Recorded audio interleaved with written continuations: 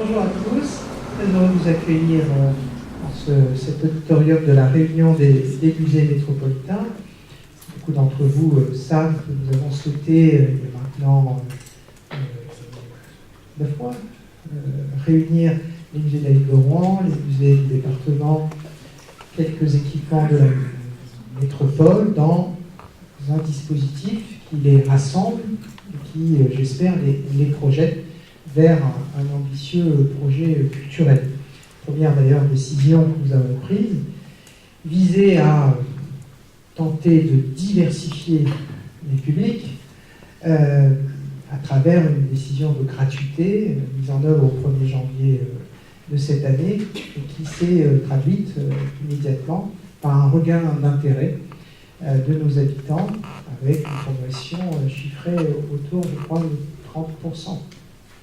C'est pas mal. Moi, je suis très heureux de vous accueillir effectivement ici pour cette initiative coordonnée par David Bobet, le Centre dramatique national, appuyé par Sylvain Amic, la réunion des musées métropolitains et un certain nombre d'autres collectivités, d'autres partenaires. Je crois que le ministère de la Culture est engagé également dans cette réflexion.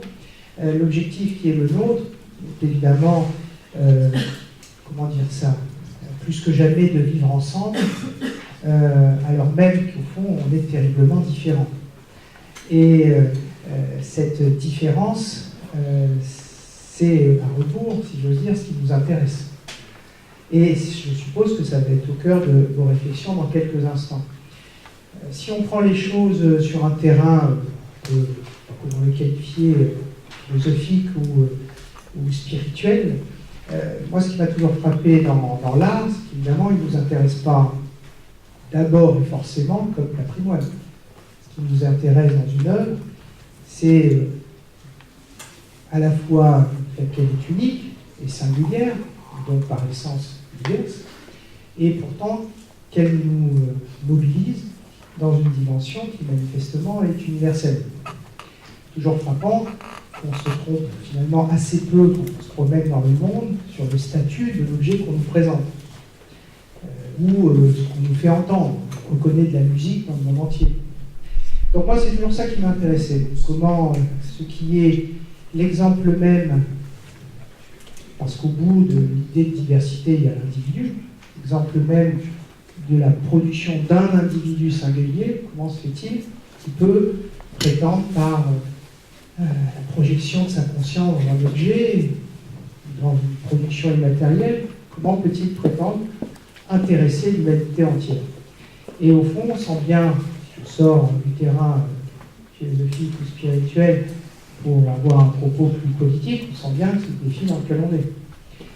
Tous collectivement, réinventer cette relation qui fait que nous assumons notre singularité totalement, notre identité, tout en nous efforçant de la projeter dans quelque chose qui implique les autres. Parce qu'au fond, se parler qu'à soi, ça finit régulièrement très mal. C'est d'ailleurs la meilleure définition du fanatisme que je connais, de vouloir vivre qu'avec ses semblables. On sent bien qu'il y a cette tentation-là en ce moment dans la société française, définir l'identité par ce qui nous conduirait, au fond, à renoncer à l'altérité, ne vouloir être qu'avec nos semblables. Mais justement, si on renonce à ça, on renonce à une grande partie de ce qui fait l'intérêt, pour le coup, du vivre ensemble. Comme j'ai peu de temps, tout ce que je viens de dire est un peu rapide et sûrement extrêmement superficiel, mais en tout cas, c'est l'idée que je me fais de ce qu'on va faire dans la réunion des musées métropolitains dans les années qui viennent. Au risque de paraître abrupt, moi, le patrimoine m'intéresse dès lors, évidemment, qu'il est présent dans les générations d'aujourd'hui et projeté dans les générations futures. Il nous rappelle à quel point, justement, notre humanité se construit par les acquis des générations précédentes qui se transmettent et qui nous permettent, au fond, de nous élever progressivement. Je crois beaucoup à l'idée de progrès, même en art. Ça nous amènerait sur un tout autre terrain. En tout cas, merci beaucoup à tous ceux qui se sont rendus disponibles pour animer les débats, participer aux tables rondes. Merci beaucoup à David Bobet, son équipe, le Centre dramatique national et tous ceux qui se mobilisent. Ce sujet, on le sent bien, est devenu, s'agissant de la diversité en général, un sujet majeur. Vouloir segmenter l'humanité, c'est toujours prendre le risque évident de préparer l'affrontement des segments. Et donc, revisiter l'unité de l'humanité à travers justement la création, la créativité et sa transmission à travers les musées, c'est sûrement une belle entreprise d'une brûlante actualité. Bonne journée à tous.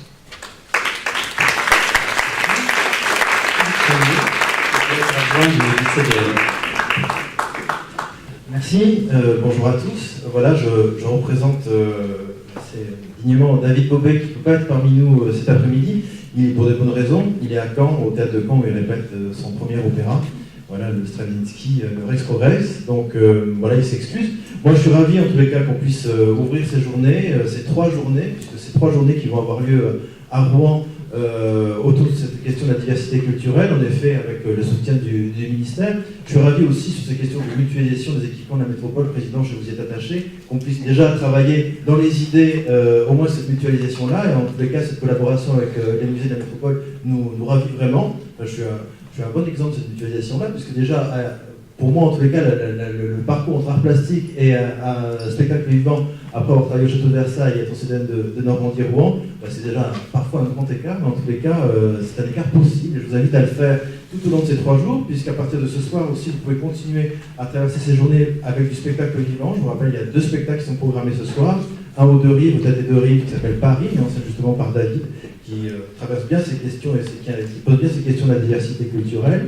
Il y a également un spectacle au Rexy à Mont-Saint-Aignan, Finir en beauté, mis en scène par Mohamed Al-Khatib, un des grands succès du Festival d'Avignon il y a 1 an. Et puis, demain, des performances aussi qui ont lieu et qui sont organisées avec le FRAC. Je vois Véronique qui est dans la salle, voilà. Avec la galerie MAM de Marion de Malville. Voilà, en tous les cas, tout un programme que vous avez, je crois, dans les mains, dans le dépliant, à parcourir, et que je vous invite vraiment à découvrir. Et puis, je vous souhaite surtout de bons débats, de bonnes rencontres, et puis plein d'idées qui vont naître, et qui vont, en tous les cas, susciter des questions sans doute. Merci.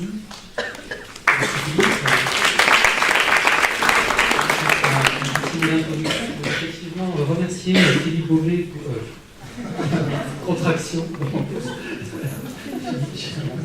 et David Bobet pour cette initiative. On sait à combien cette question de la diversité culturelle tient au cœur de David Bobet, mais en provoquant l'instauration de ces journées de la diversité culturelle à Rouen, il a mis cette question dans l'ici et le maintenant. Ce sont des questions, bien sûr, dont on se préoccupe dans les musées, mais nous avons toujours une exposition à préparer, un plan de formation, un tableau à déplacer, qui fait que nous ne préoccupons pas de ces questions maintenant. Or, je pense que vraiment, c'est une question, effectivement, d'une actualité brûlante, et qu'elle nous ramène surtout à l'origine même de la notion de musée. La diversité, c'est ce qui a fondé les musées. Qu'on pense au cabinet de curiosité, par exemple, c'est bien l'altérité, la diversité du vivant, qui a la curiosité qui a été à l'origine de la notion de musée. Peut-être certains professionnels de musée se sont éloignés, plus ils se sont spécialisés de cette origine. Alors, aller au musée, c'est déjà faire l'expérience d'une l'altérité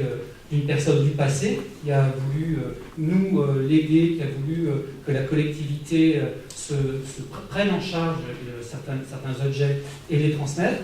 Donc déjà faire un chemin vers une forme d'altérité, mais c'est aussi évidemment transmettre pour quelqu'un, c'est fondamental, c'est même ce qui fonde même l'idée de conserver, comme l'a dit le président Sanchez. Donc pour quelqu'un, et ce quelqu'un, quel est-il ? On sait tous que le public des musées n'est pas aussi diversifié qu'on le souhaiterait. Beaucoup d'études le montrent. L'inflation du vocabulaire technocratique pour désigner ces publics empêchés, ces publics éloignés de la culture, le montre à l'envi.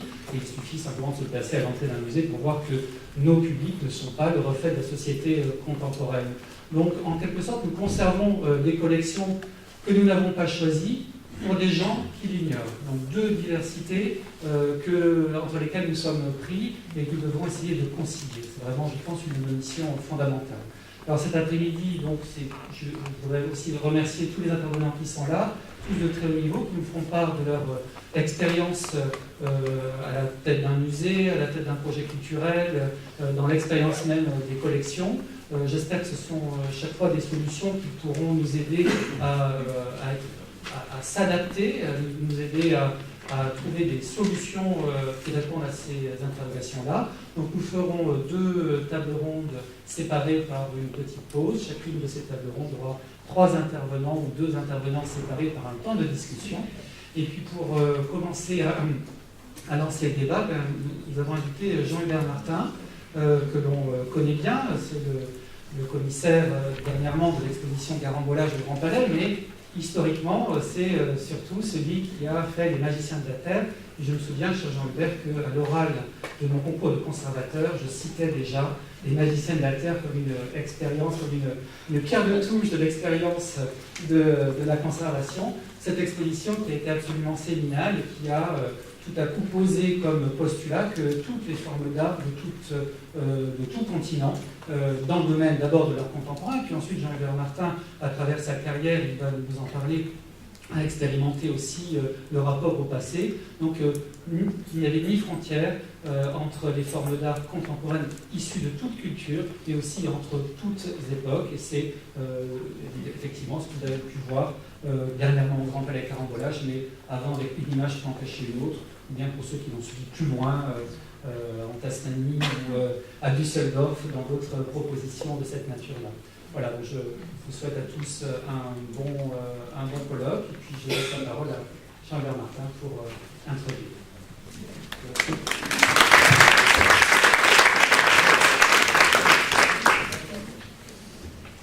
Bonjour, je vais faire un survol forcément très rapide étant donné un temps imparti de 8 expositions que j'ai faites.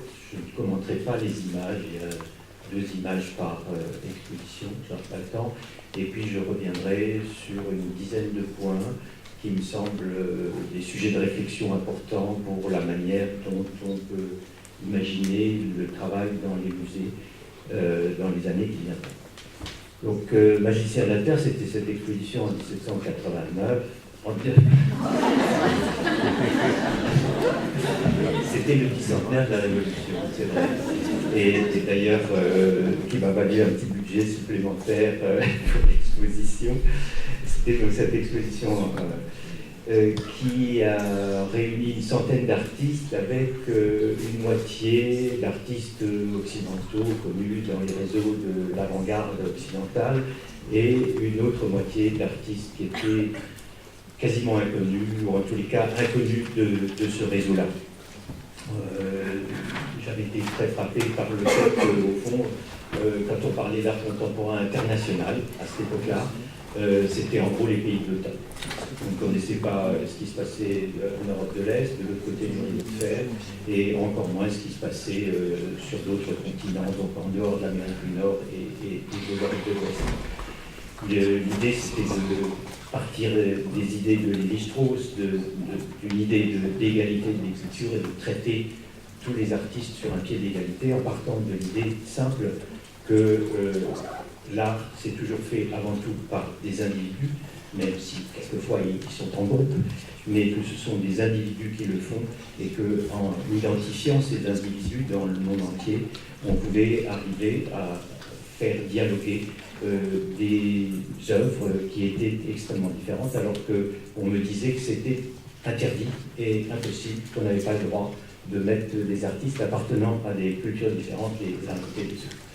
Alors j'ai pris l'option de chercher des œuvres de caractère extrêmement différent. On a pu dire qu'on a pu parler de néo-primitivisme, ça a évidemment à coller toutes sortes d'étiquettes. Il est vrai que je cherchais, j'utilisais cette formule à l'époque, des artistes qui n'avaient pas lu ou qui ne suivaient pas les préceptes, les articles de Art Forum, la fameuse revue new-yorkaise. Et du coup, ça aboutit à pas mal d'incompréhension. Parce que j'ai été amené à montrer des artistes qui travaillaient pour leur communauté, qui travaillait à l'intérieur d'un contexte extrêmement étroit et qui n'avait ni le souci ni l'intérêt de rentrer dans ce fameux réseau de l'art contemporain international, qui est celui qui passe par les galeries, les collectionneurs, les musées et les universités. Alors, un des résultats essentiels de l'exposition a été qu'elle a obligé les conservateurs et les commissaires d'exposition par la suite à se poser vraiment la question de qui ils habitaient dans leurs expositions dites internationales, et on a vu apparaître beaucoup plus d'Africains, d'Asiatiques dans les années suivantes. Mais les artistes, dans la très grande majorité qui apparaissaient dans les expositions, on pouvait dire qu'ils étaient formatés par l'Occident. Alors que l'idée de magicien de la Terre, c'était, et ça n'a pas été compris à l'époque, et peut-être même pas encore tout à fait maintenant, était de remettre en question, en fait, l'expertise et le jugement que l'Occident apporte sur l'art du monde entier, et par conséquent de s'interroger sur toute la manière dont nous gérons l'histoire de l'art et l'histoire de l'art même des autres cultures, de s'interroger sur les hiérarchies de genre, les hiérarchies techniques, sur les questions d'art majeur, d'art mineur, et je peux dire que aujourd'hui encore, c'est pas tout à fait compris, puisque, comme vous le savez, il y a le Centre Pompidou a fêté un anniversaire des 25 ans de Magicien de la Terre il y a 2 ans, et j'ai vu certains éditorialistes continuer à parler des artisans qui étaient dans Magicien de la Terre. Sous-entendu, évidemment, les Africains sont des artisans, et nous avons des artistes. L'exposition était répartie entre 2 lieux, entre la Grande Halle de la Villette et le Centre Pompidou, ce qui ne lui a pas été tout à fait bénéfique, parce qu'on a perdu quasiment la moitié des visiteurs d'un lieu à l'autre. Il y a eu environ 200 000 visiteurs au Centre Pompidou, et il n'y en a eu que 100 000 à la Villette, parce que pour les Parisiens, c'est vraiment un petit peu trop loin de prendre le métro pour aller jusque-là. Par contre, ce qui est intéressant, c'est, je le constate toujours encore aujourd'hui, par des gens qui venaient de l'étranger, eux ont vu l'exposition dans les 2 lieux. Elle a été très mal comprise et rejetée, on peut le dire, au moment où elle s'est tenue. Et il a fallu à peu près une demi-douzaine d'années pour que les choses se rétablissent et que les avis positifs équilibrent à peu près les avis négatifs. À la suite de ça, j'ai été invité à faire une collection d'art contemporain au château de Voiron, dans le Deux-Sèvres, qui est au nord de Poitiers. C'est un château du XVIe et XVIIe siècle. Et je me suis intéressé en fait à cette question à cette interdiction qui faisait qu'on ne pouvait pas montrer, disait-on, des œuvres d'artistes de cultures différentes dans le même espace.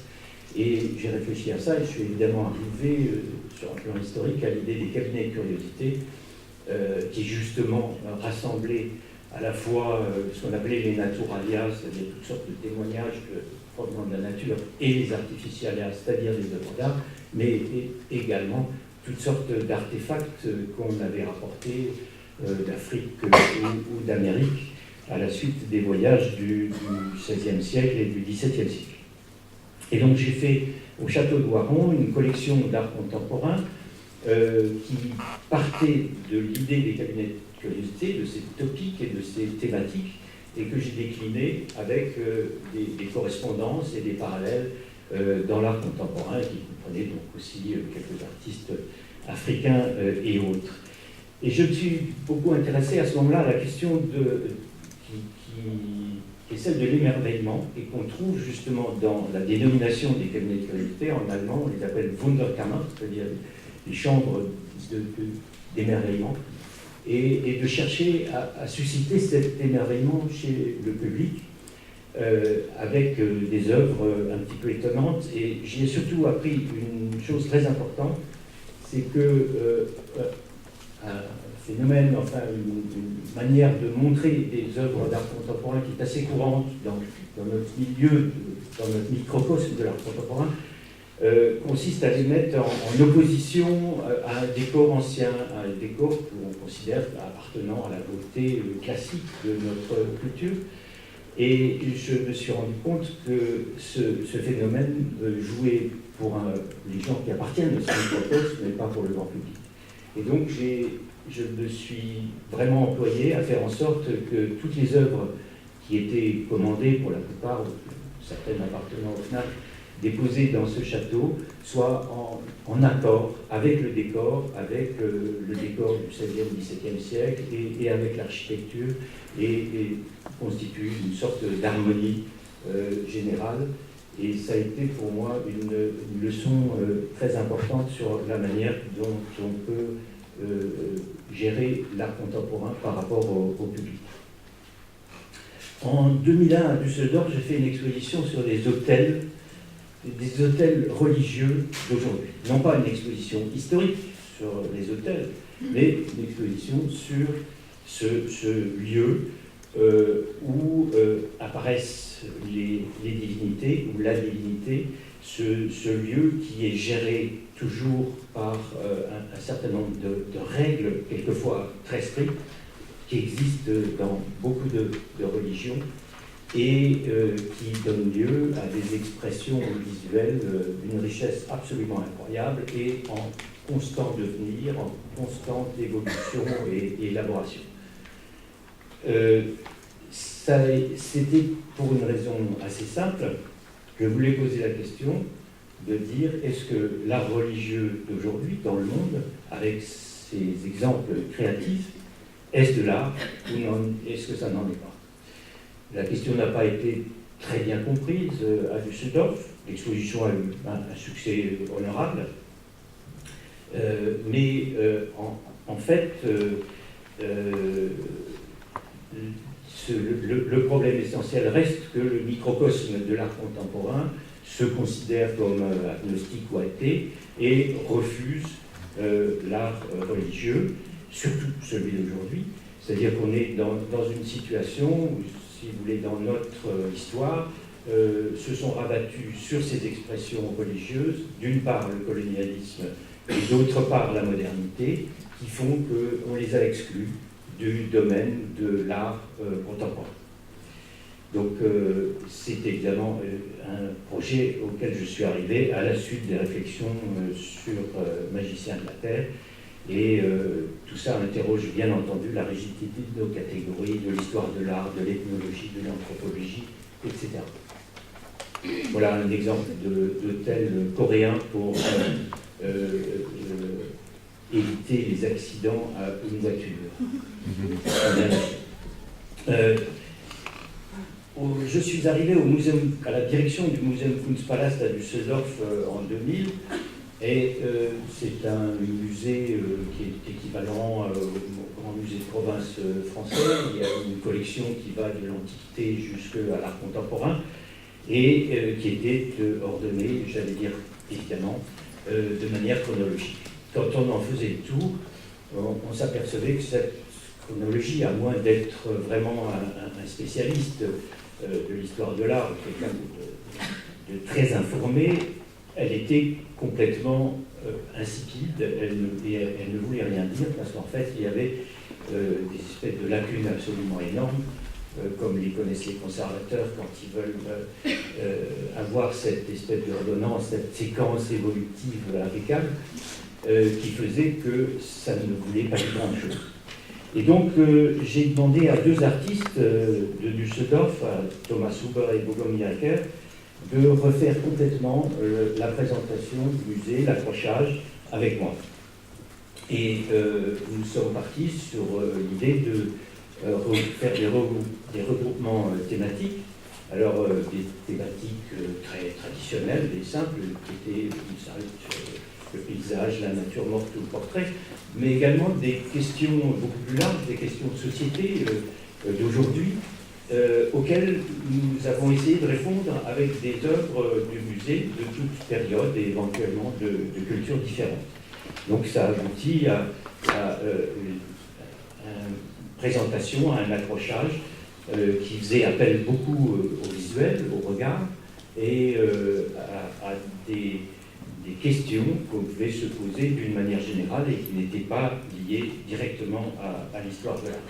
Il n'y avait pas de cartel, il n'y avait que des numéros à côté des œuvres et on recevait avec le ticket d'entrée un petit livret qui donnait toutes les nomenclatures d'auteurs, de titres, de dates dans le petit livret.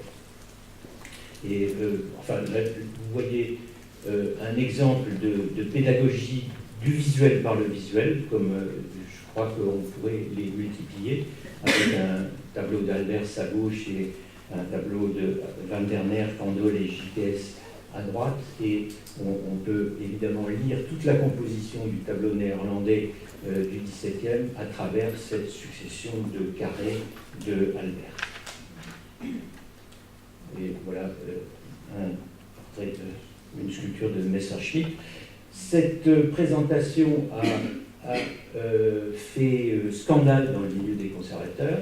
Il y a eu un énorme débat, il y avait les pour et les contre. C'est intéressant de savoir que le clivage s'est beaucoup concentré sur le fait que j'annonçais que c'était la présentation de la collection permanente pour plusieurs années, sans dire exactement, enfin en gros c'était 3 ans. Et beaucoup de collègues m'ont dit que si j'avais fait une opération du même genre comme une exposition temporaire de 3 mois, ils n'auraient pas réagi. Mais le fait que la collection soit ordonnée de cette manière-là, pour eux, était une remise en cause de leur légitimité en tant que conservateurs qui ont justement cette tâche, cette fonction de choisir les œuvres et de les mettre en ordre. Et donc, ça a provoqué pas mal de tensions, même au sein du musée, mais ça nous a valu évidemment une grande couverture médiatique. Et l'exposition, enfin cette présentation a été très bien reçue par les jeunes de Düsseldorf. J'ai fait ensuite avec deux autres commissaires une exposition à Venise en 2007 au Museo Fortuny, un endroit dans un palais vénitien tout à fait remarquable avec ces tissus de Fortuny qui recouvrent les murs de la salle majeure au premier étage. Et nous avons mis l'art contemporain en regard avec des œuvres d'art ancien ou même des pièces que nous avions choisies dans le musée d'histoire naturelle de Venise.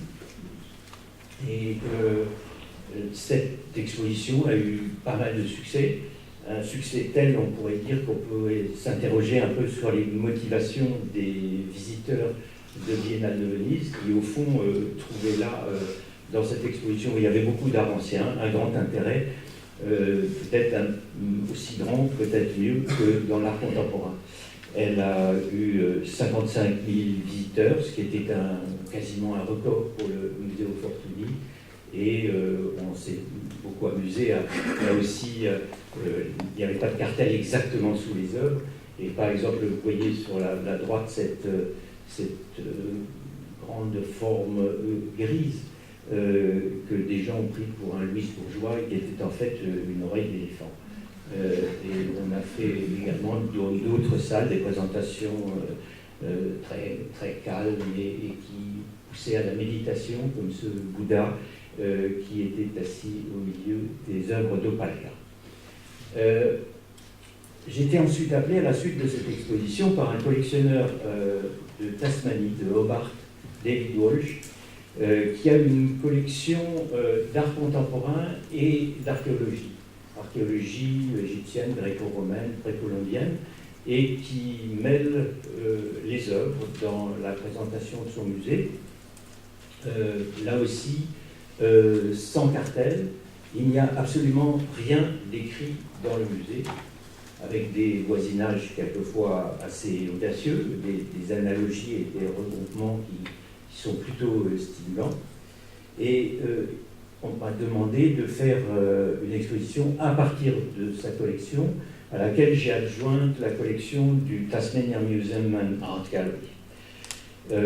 Et alors, ça a été l'occasion de cette présentation à l'entrée de l'exposition, qui voulait montrer une sorte vue très générale de tous les artefacts, de tous les objets qu'on peut rencontrer dans le monde. Évidemment, c'est absurde, puisqu'il y en a quelques-uns sur ces différents podiums, mais il y avait là les différents éléments qui étaient représentés, les sens, les différentes cultures, pour montrer que le musée peut-être peut nous aider à avoir cette sensation que l'on peut encore avoir des idées très générales et avoir une appréhension du monde sans rentrer dans des connaissances extrêmement complexes que plus personne ne peut maîtriser aujourd'hui quand il s'agit des différents domaines de la connaissance. Et ça a été l'occasion aussi de redécouvrir une collection formidable qui était en fait un petit peu oubliée, alors qu'on avait continué à acheter des pièces jusque dans les années 60, une collection de tapas, c'est-à-dire ces tissus en quelque sorte, mais qui ne sont pas des textiles, qui sont faits à base d'écorce en Océanie, une collection tout à fait remarquable qui a pu être montrée à ce moment-là. Et puis, donc, tout récemment, j'ai fait cette exposition au Grand Palais qui s'appelait Carambolage, où j'ai sélectionné des œuvres appartenant à toutes sortes de cultures et à des périodes très différentes, qui, toutes d'une manière ou d'une autre, ont un rapport avec l'actualité, avec l'art contemporain, mais pas seulement avec l'art, avec notre manière de sentir et d'approcher des œuvres d'autres cultures ou très éloignées de nous, et qui avaient à chaque fois des relations avec ce qui se fait aujourd'hui, avec notre manière de penser. Et bon, on peut peut-être se poser la question s'il n'y a pas là, dans quelques cas au moins, des chefs-d'œuvre de demain. Parce que, en fait, quand on y réfléchit, ce que nous appelons les chefs-d'œuvre aujourd'hui sont toujours encore, pour leur très grande majorité, des œuvres qui se réfèrent à une certaine esthétique classique issue de la Renaissance, et nos paradigmes ont changé. L'art contemporain nous a ouvert de nouvelles portes, a ouvert de nouvelles voies, et peut-être peut-on retrouver à travers ces œuvres justement des correspondances qu'on n'avait pas vues jusqu'à présent et qui leur donnent une valeur tout à fait novatrice. Ce qui était très original dans l'exposition, c'est que pour ordonner toutes ces choses extrêmement variées, extrêmement différentes, j'ai utilisé une vraie séquence, comme un jeu de domino, comme une bande dessinée, ou si vous voulez en termes littéraires, en termes linguistiques plutôt, c'est un espèce de marabout de ficelle, celle de cheval, c'est-à-dire qu'on pouvait suivre du début à la fin une séquence, chaque œuvre était annoncée par la précédente et prédisait la suivante. Et c'était un petit jeu, on n'était bien sûr pas du tout obligé de le suivre, mais on a vu là des œuvres qui étaient sans doute considérées comme mineures autrefois et qui aujourd'hui ont sans doute un nouveau relief.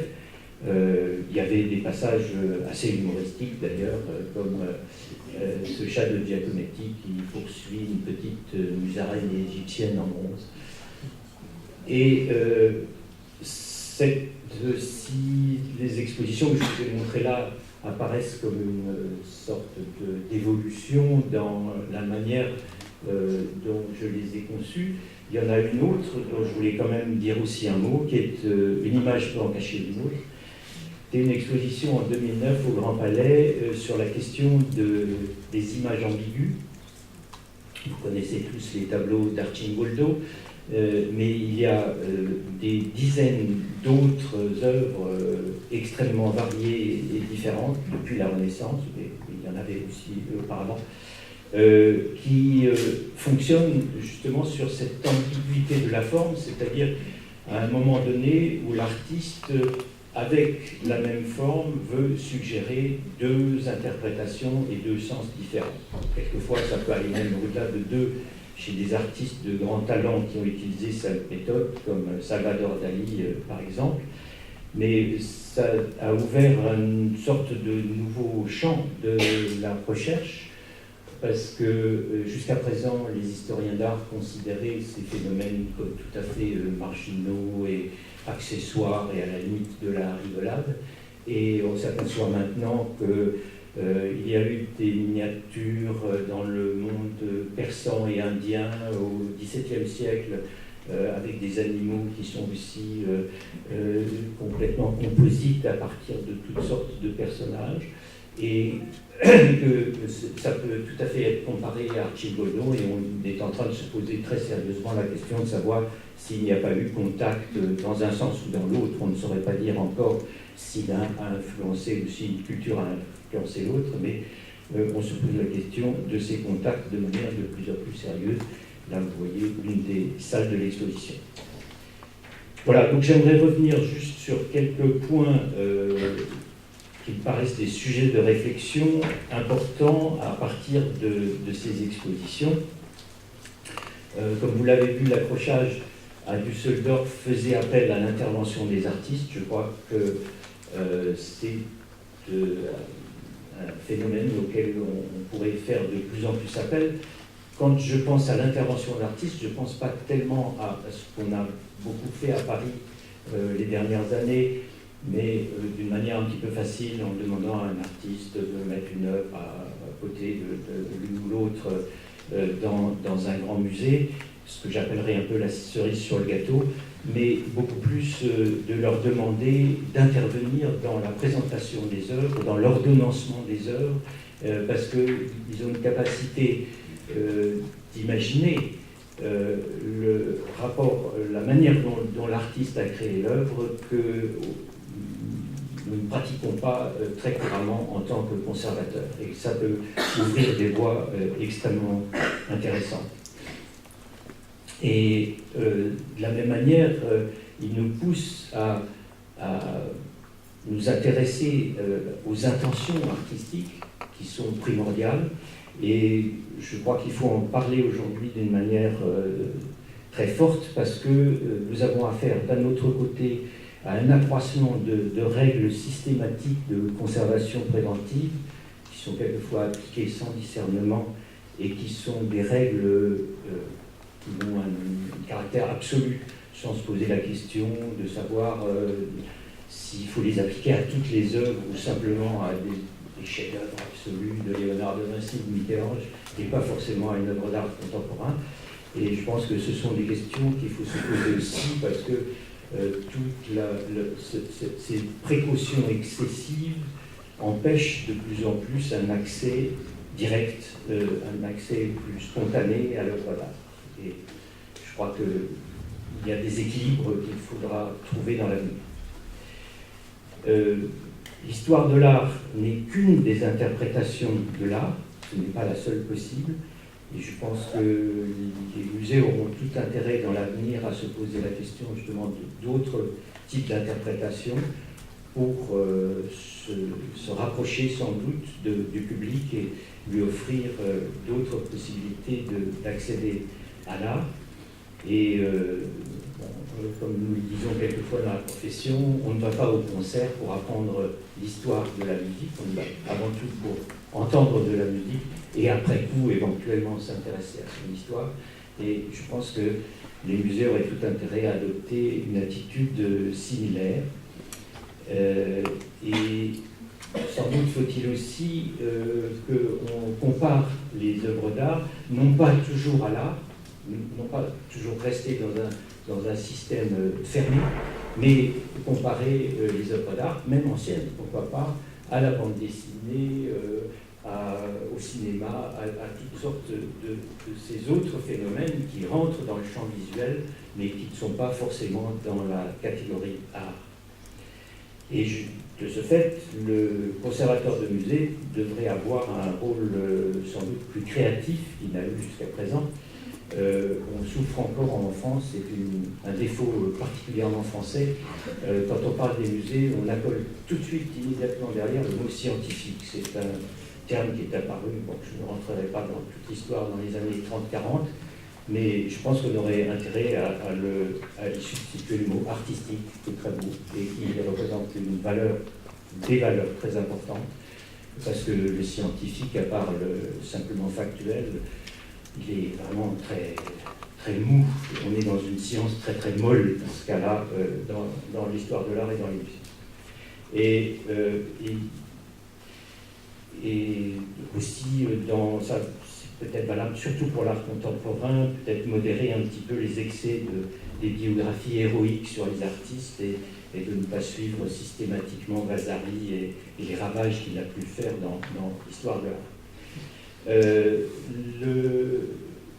La pensée analogique est aussi une manière d'aborder l'art qui est tout à fait celle des artistes, ils la pratiquent sans arrêt, et puis on la retrouve chez tout le monde, aussi bien chez un artiste comme Raymond Ins qui fonctionnait totalement là-dessus, que chez Valéry, et on aurait intérêt, puisque c'est celle qui fournit le poétique d'ailleurs, on aurait intérêt à la mettre en valeur aussi dans les musées, de la même manière que de ne pas oublier que chez les artistes, il y a une pensée visuelle qui ne passe pas forcément par le langage, qui est à l'œuvre et que nous pouvons aussi utiliser dans les musées.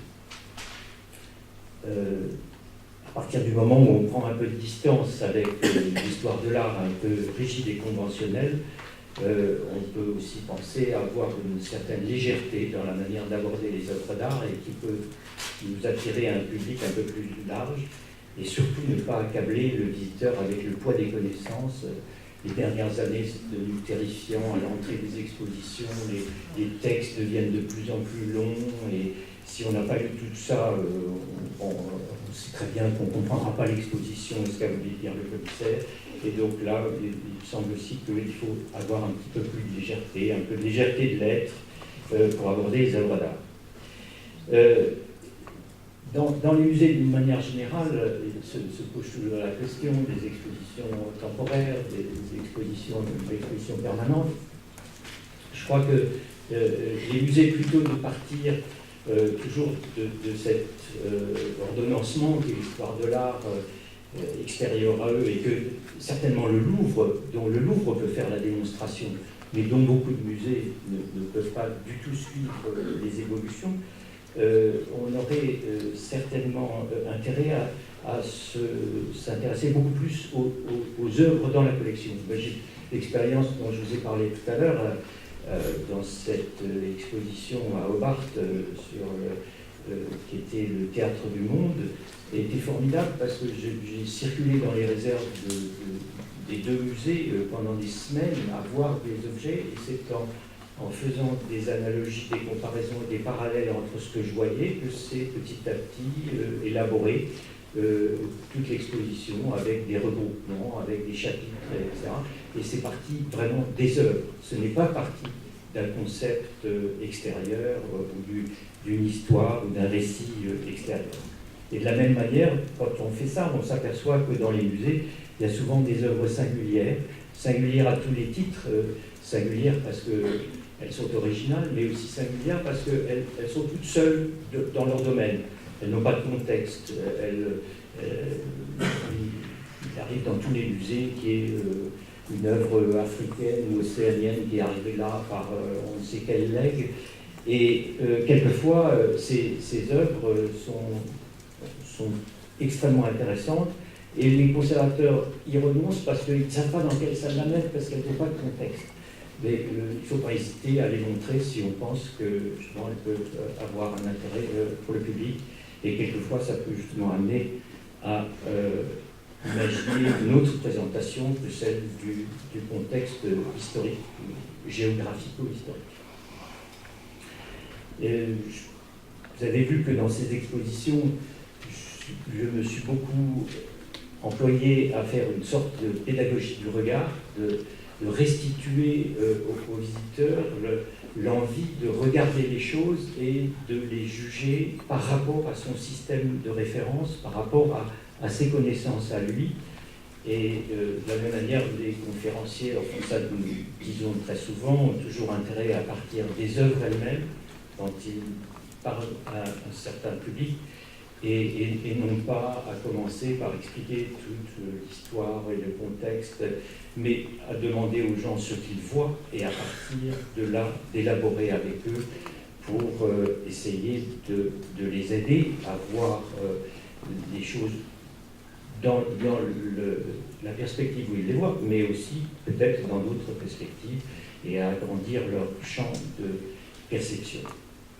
C'est donc, voilà, je plaide pour un rééquilibrage, si vous voulez, dans les musées en faveur de la sensation et de l'émotion, et qui doit prendre le pas sur les énonciations de récits mythologiques ou bibliques avec tous leurs noms très complexes que les gens retiendront ou ne retiendront pas, mais au contraire de leur montrer de quoi il s'agit dans le sujet d'une peinture du XVIIe. Il y a souvent un drame qui s'y passe et de se focaliser sur la manière dont le drame est mis en scène et non pas tant sur l'énonciation des différents personnages du récit en question.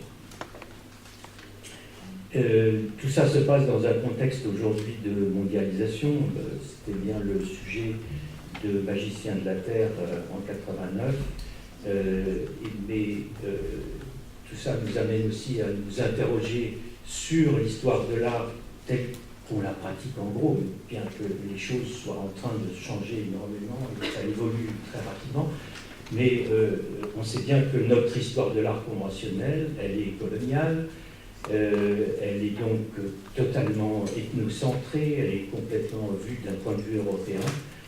Et on ne sait d'ailleurs pas du tout si on va arriver à élaborer un récit, est-ce possible, qui puisse tenir compte de toutes les cultures du monde et de toute l'histoire. On ne sait pas si c'est possible, mais en tous les cas, on ne peut plus simplement se reposer sur l'histoire telle qu'on l'a pratiquée jusqu'à présent.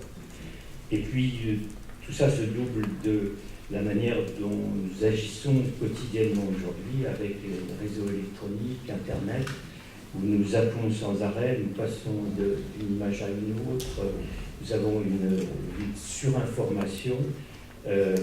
Alors, certains se posent la question de savoir si ça ne va pas être dommageable au musée, est-ce qu'il n'allait pas disparaître. Je ne crois pas du tout, bien au contraire.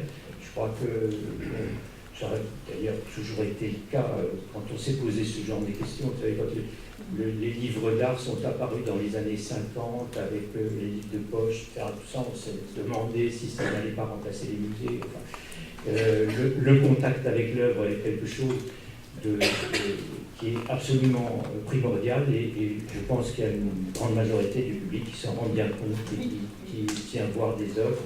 Et je ne pense pas que le musée soit en danger en tant que tel. Il est en danger s'il ne sait pas se réadapter, évoluer et se transformer au gré des évolutions importantes qui ont lieu en ce moment. Dans le musée de Hobart dont je vous parlais tout à l'heure, et je vous disais qu'il n'y avait rien d'écrit sur les murs, on donne à chaque visiteur un petit appareil qu'ils appellent le O, qui est comme un iPhone, et qui est à la fois visuel et auditif, parce qu'il a un énorme avantage. Il y a pas mal de vidéos qui sont présentées dans le musée, et vous avez le son de la vidéo dans les oreilles, donc vous n'êtes pas votre voisin, et on peut montrer plusieurs vidéos d'artistes les unes à côté des autres. Il a un autre énorme avantage, c'est qu'il ne donne pas, comme malheureusement en général les audiobooks dans les musées, une seule version, une seule interprétation de l'exposition. Il donne 3 ou 4 versions différentes, et vous avez la première qui est évidemment la version histoire de l'art et les datas, les faits sur l'œuvre, mais vous avez des interprétations littéraires, quelquefois aussi plutôt humoristique, et même le commentaire du collectionneur qui donne des avis, qui dit dans quel contexte il a acheté l'œuvre, qui raconte même des histoires invraisemblables, comme Damon Hirst qui essaye de lui échanger une œuvre en lui en donnant une autre, et il dit qu'il trouve ça insensé parce que l'artiste essayait de la voir, en fait. Voilà, donc où on a une multiplicité d'approches immédiatement de l'œuvre. Alors, tout ça paraît merveilleux, mais ça a un inconvénient. Un inconvénient majeur, c'est que les gens regardent beaucoup leur petit appareil, et lisent dans l'appareil, et toujours encore le regard, et ne regardent pas assez le regard. Donc, il n'y a pas non plus de solution miracle, tout ça. Et donc, je ne sais pas comment on peut réellement faire, mais il faut trouver des moyens vraiment pour attirer le visiteur, le public, à regarder le plus possible les œuvres et à se référer à son système de connaissances. Je pense que, pour terminer, le musée a été un peu pris à son propre piège, parce qu'à force de dire que pour apprécier l'art, il fallait connaître son histoire, on en a convaincu le public qui redemande des explications de peur de passer à côté de son sens.